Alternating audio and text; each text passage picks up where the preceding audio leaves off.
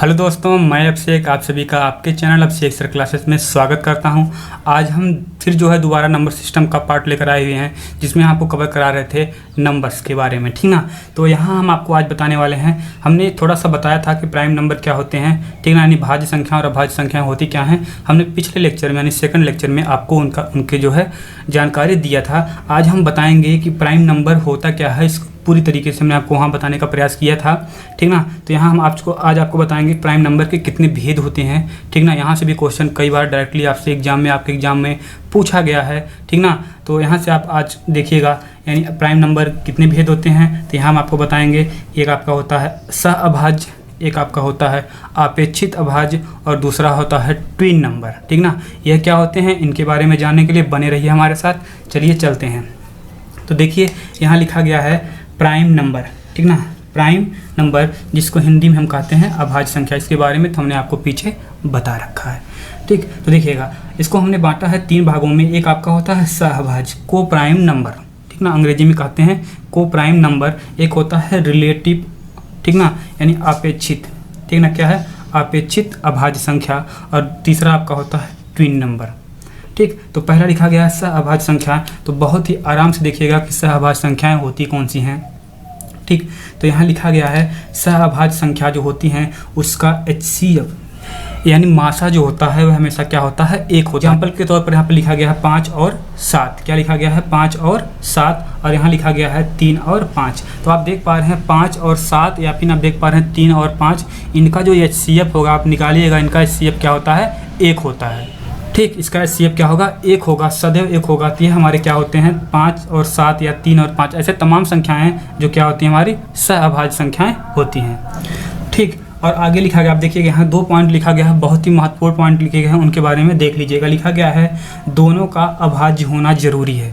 यानी अगर सहअभाज्य संख्या की आप बात कर रहे हैं तो सहअभाज्य संख्याएं में जो दोनों संख्याएं होती हैं, पहली बात तो उनका HCF 1 होगा, यानी मासा 1 होगा। और दूसरा कंडीशन क्या होगा, दोनों का अभाज्य होना जरूरी है, ठीक ना। दोनों संख्याएं जो आपको दिख रही हैं, यानी 5 और 7 या 3 और 5, दोनों के दोनों क्या हैं, अभाज्य संख्याएं हैं, यानी भाज्य संख्या नहीं है, ठीक। यानी दोनों संख्याएं आपके क्या हैं, अभाज्य संख्या होनी चाहिए, जरूरी है, ठीक ना। अगर अभाज्य नहीं है तो आपके सहअभाज्य संख्या की श्रेणी में नहीं रखे जाते। दूसरा पॉइंट लिखा गया है 2 क्रमागत संख्या सदैव सहअभाज्य संख्या होती है।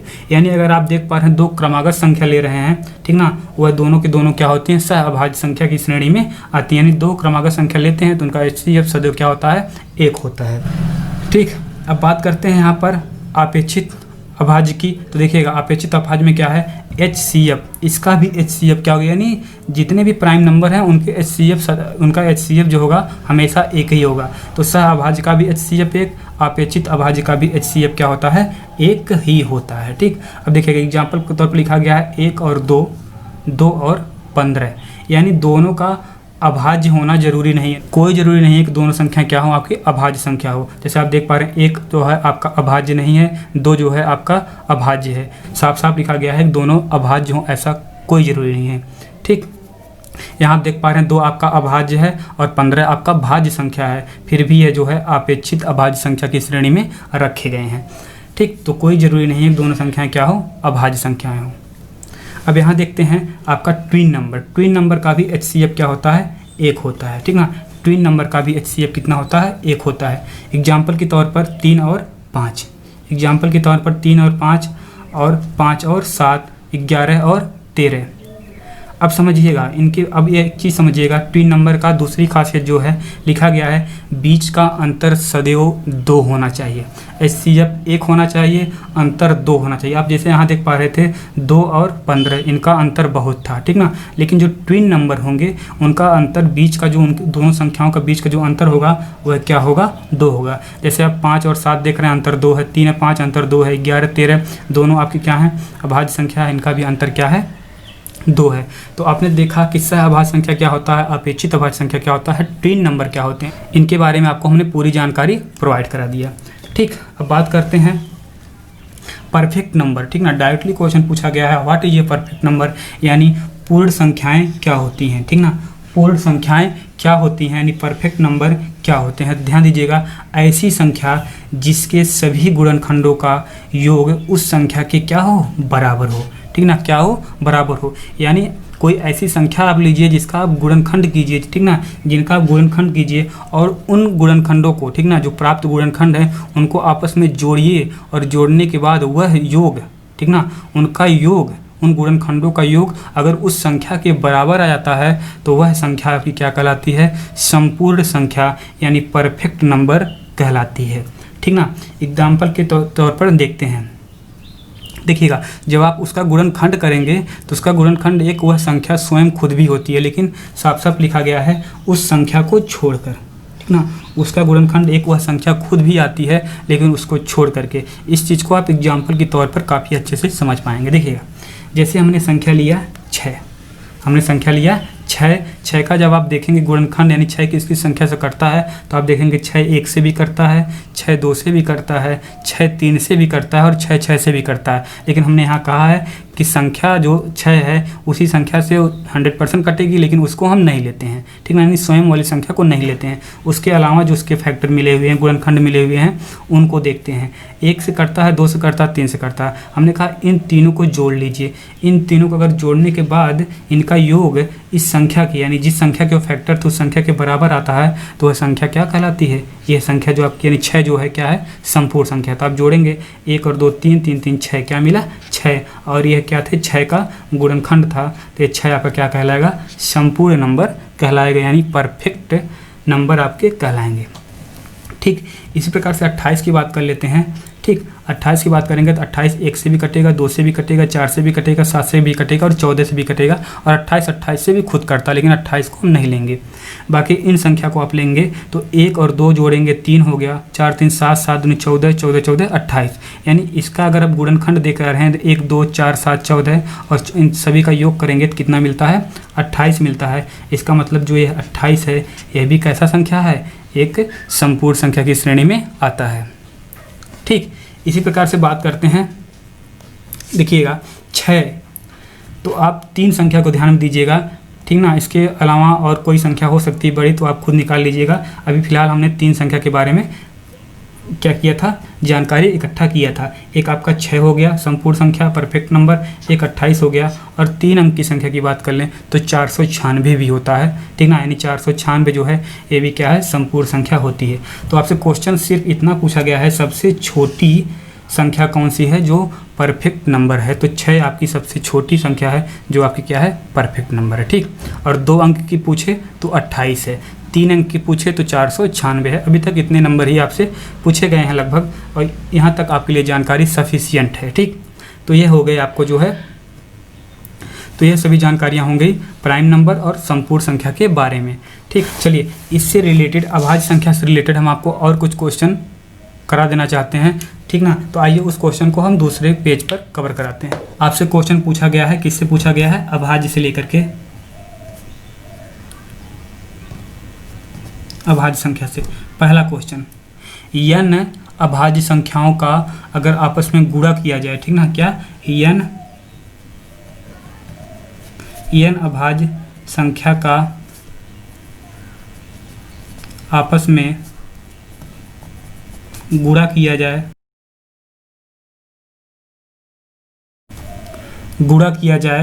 तो इकाई के स्थान पर यानी यूनिट डिजिट क्या प्राप्त होगा। ठीक ना, इकाई के अंक पर क्या प्राप्त होगा।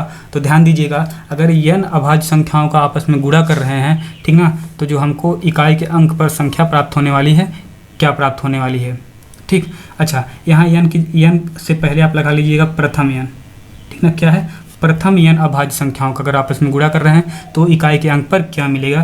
देखिएगा, प्रथम n से अगर आप बात करते हैं तो आपको पता है किससे शुरू होता है, 2 से, 3 5 7 11, ऐसे आपको जो है n तक, n का मतलब नंबर ऑफ टर्म तक, 10 संख्याओं तक, 11 प्रथम 11 संख्या हो गई, प्रथम 10 संख्या हो गई, प्रथम 20, प्रथम 50, प्रथम 100, कुछ भी हो, लेकिन कहाँ से शुरू है, प्रथम संख्या से शुरू है। इन संख्याओं को अगर आपस में गुणा करते हैं तो पूछा जा रहा है गुणा करने के बाद जो पहली संख्या बनेगी वह संख्या कौन सी होगी। डायरेक्टली क्वेश्चन पूछा गया है, कई बार क्वेश्चन पूछा गया है। ठीक ना, थोड़ा सा लॉजिकल क्वेश्चन है, समझिएगा। देखिएगा, जब आप प्रथम n संख्या से गुणा कर रहे थे तो आपको एक संख्या क्या मिल गई, एक संख्या 2 मिल गई, और 2 कैसी संख्या है, 2 एक सम संख्या है। ठीक, और समझिएगा आप आगे थोड़ा सा बढ़ेंगे तो देख पा रहे थे एक संख्या क्या है, 5 भी है, एक संख्या क्या है, 5 भी है। तो ध्यान दीजिएगा जब भी 2 और 5 का आपस में गुणा होता है तो क्या मिलता है हमको, 10 मिलेगा। तो 10 मिलेगा तो इकाई का अंक क्या मिलने वाला है, तो इकाई का अंक हमारा क्या मिलता है, 0 मिलता है। क्या मिलता है, 0 हमको मिलता है।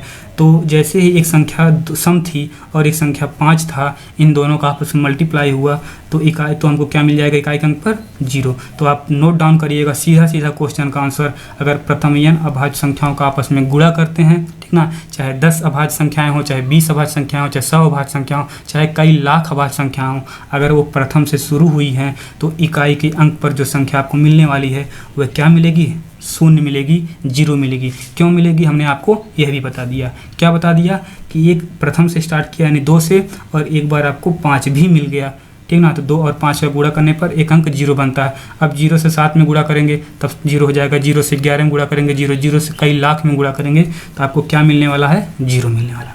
पहला क्वेश्चन था। ठीक, दूसरे क्वेश्चन की बात करते हैं। तो दूसरा क्वेश्चन बनता है कि अगर सम संख्या को छोड़ दें, यानी ठीक ना, यानी क्वेश्चन कहा जाएगा n विषम अभाज्य संख्याओं को, ठीक ना, n विषम अभाज्य संख्याओं को अगर आपस में गुणा किया जाए। क्वेश्चन क्या है, n विषम अभाज्य संख्या को गुणा किया जाए तो यूनिट डिजिट क्या मिलने वाली है, ठीक ना।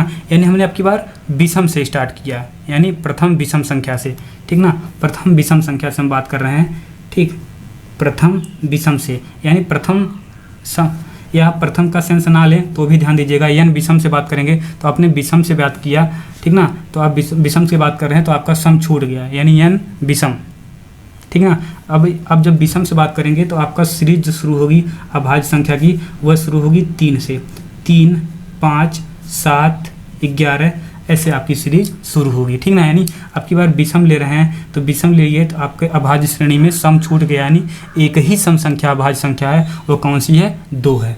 अब जो है आपका 2 छूट गया तो 3 से श्रेणी शुरू हुई है।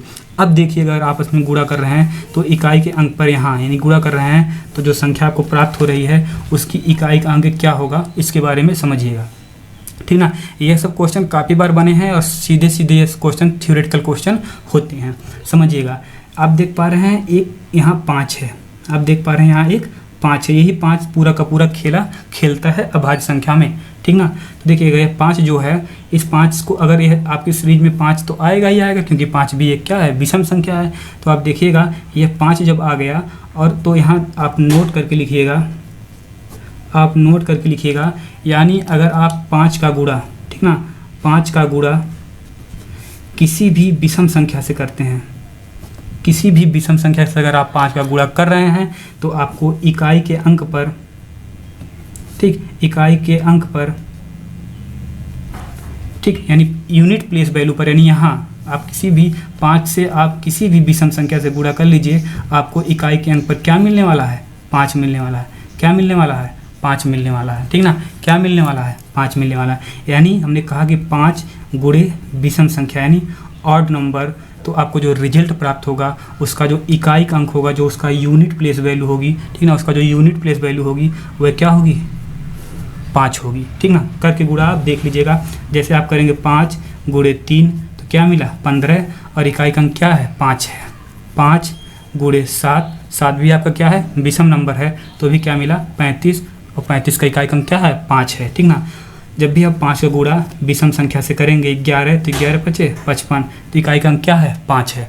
तो आप सीधे सीधे याद करके रखिएगा, 5 का गुणा जब भी आप 5 का गुणा जब भी आप विषम संख्या से करते हैं तो यूनिट प्लेस क्या मिलती है, विषम।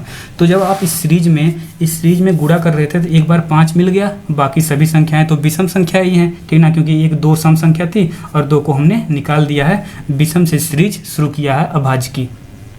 तब जब यहाँ 5 का गुणा आप विषम से करेंगे तो चाहे आप 5 से 3 में करेंगे तब भी आपको 5 आएगा, 7 से 11 से 13 से 17 से 19 से हमेशा आपको इकाई का क्या मिलने वाला, 5। तो इसका जो डायरेक्टली जो आंसर होता है कितना होता है, 5 होता है। यूनिट प्लेस पर क्या मिलेगा? 5 मिलेगा। और इसका जो आंसर था कितना मिलेगा? 0 मिला था। ठीक, तो इन दो चीज़ों को याद करिएगा। क्या कि 5 का गुणा आप किसी भी विषम से कर दिए तो जो रिजल्ट मिलेगा उसका इकाई अंक जो होगा वह क्या होगा? 5 होगा। और अगर आप 5 का गुणा किसी सम संख्या से कर देंगे तो जो रिजल्ट मिलेगा उसका इकाई अंक क्या होगा? 0 होगा। इस दो चीज़ों को आप ध्यान करके रखे रहिएगा। यह चीज़ जो दूसरी लाइन है यानी 5 का गुणा यानी 1 5 और 1 सम यानी 1 5 और 1 2, 1 5 और 1 2 एक 0 का निर्माण करते हैं। जब हम आपको टॉपिक पढ़ाएंगे कि फाइंड ऑफ 0, ठीक ना, नंबर ऑफ फाइंड 0 यानी इसमें 0 ज्ञात करना, तो वहाँ यह चीज़ काफ़ी अच्छे से समझाएंगे कि 1 5 और 1 2 क्यों जो है एक 0 का निर्माण करते हैं, कैसे एक 0 का निर्माण करते हैं, तो इसके बारे में वहाँ आपको हम डिटेल से बताएंगे। तो आशा करते हैं यह चीज़ आपको बहुत अच्छे से समझ में आई होगी। तो हमने आपको जो है अभाज्य संख्या, भाज्य संख्या, सम संख्या, विषम संख्या, होल नंबर, इवन नंबर, ठीक ना, होल नंबर, इंटीजर, इन सभी के बारे में बहुत अच्छे से बताया है 3 लेक्चर में। छोटे छोटे वीडियो हैं, आप इनको पूरा देखिएगा। ठीक, और अगर आपको यह पार्ट अच्छा लगा हो तो अपने दोस्तों के साथ शेयर करिए, वीडियो को लाइक करिए, और अगर आप हमारे चैनल पर पहली बार आए हैं तो चैनल को सब्सक्राइब करिए। ठीक, और अधिक से अधिक शेयर करें। Thanks for watching. अब से एक्सर क्लासेस।